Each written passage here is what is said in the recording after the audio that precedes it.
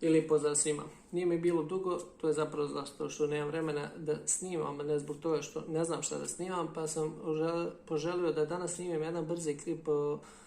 da bi se osvrnuo na temu izbora koji se uskoro dešavaju u Bosni i Hercegovini, odnosno zašto smatram da nema smisla da se dešavaju ti izbori ili zbog čega smatram da će se zapravo sve isto biti, da se ništa neće promijeniti.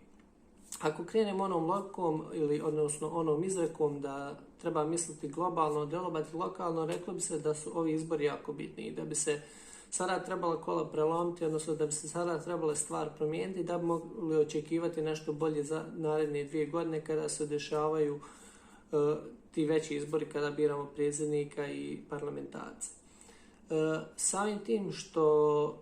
smo podijeljeni na ta 3 tora koja apsolutno nemaju smisla i samim tim što svi ti ljudi koji ne žele da budu u tom toru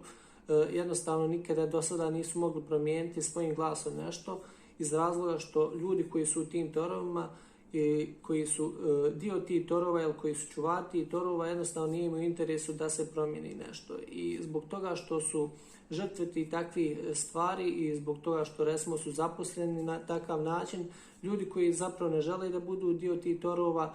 kojima smeta takav sistem, jednostavno su odlučili da ili ne glasaju do sada, pa čak i u buduće, ili su jednostavno odlučili da napuste tu državu i da jednostavno ne žele uopšte da troše svoje vrijeme na to gdje jednostavno ne vidi kraja tom crnilu, kako bi rekao.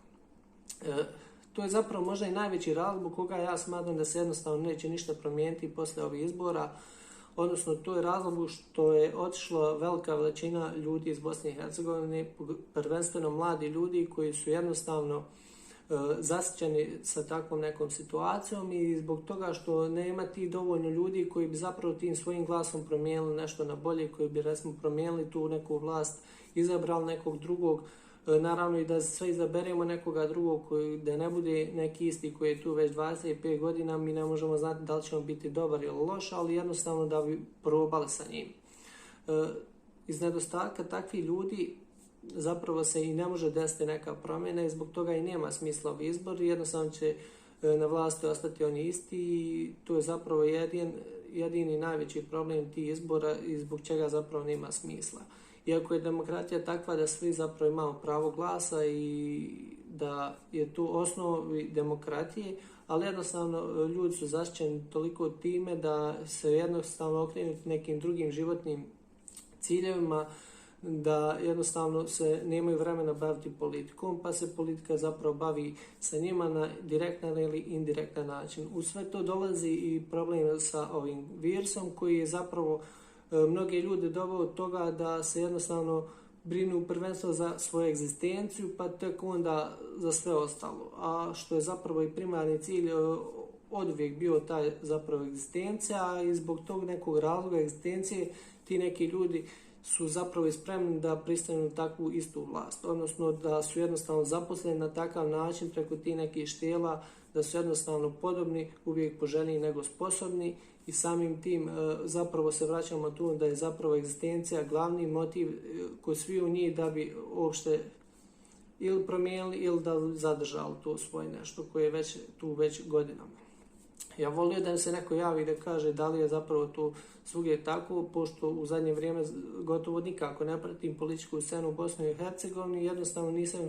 također ni sporednim nekim putevima uspio da pronađem negdje nekoga koji je se pojavio da bi mogao negdje u nekom gradu nešto da promijeni i volio da mi se neko javi da kaže zapravo da ima taj neko takav i ja znam da je ovo sve moje subjektivno mišljenje, da će možda ta osoba koja se nekada javi zapravo biti i tu njegovo subjektivno mišljenje, što ne znači da će to biti ispravno. Ali u svakom slučaju nadam se da će biti neki ljudi koji su zapravo spremni da promijenu i koji su spremni da žrtvuju svoje vrijeme. Rekao bi i novac, međutim novac je problem što kada ga ljudi u takvim situacijama, pogotovo u politici, žrtvuju, da gledaju onda na sve moguće načine da ga nadoknade,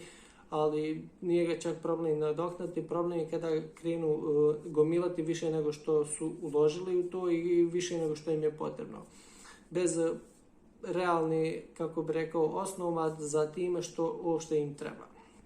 To je bilo to se tiče ovoga klipa i neki moj brzi osvrt na te sljedeće, odnosno buduće koji dolaze izbore. Niti ću reći ljudi glasajte, nemojte glasati, svako ima svoje pravo da radi šta hoće i jednostavno sami izaberete za sebe da li ćete glasati, da li ćete svojim glasom podržati one isti ili ćete promijeniti nešto. To je to. Lijep pozdrav.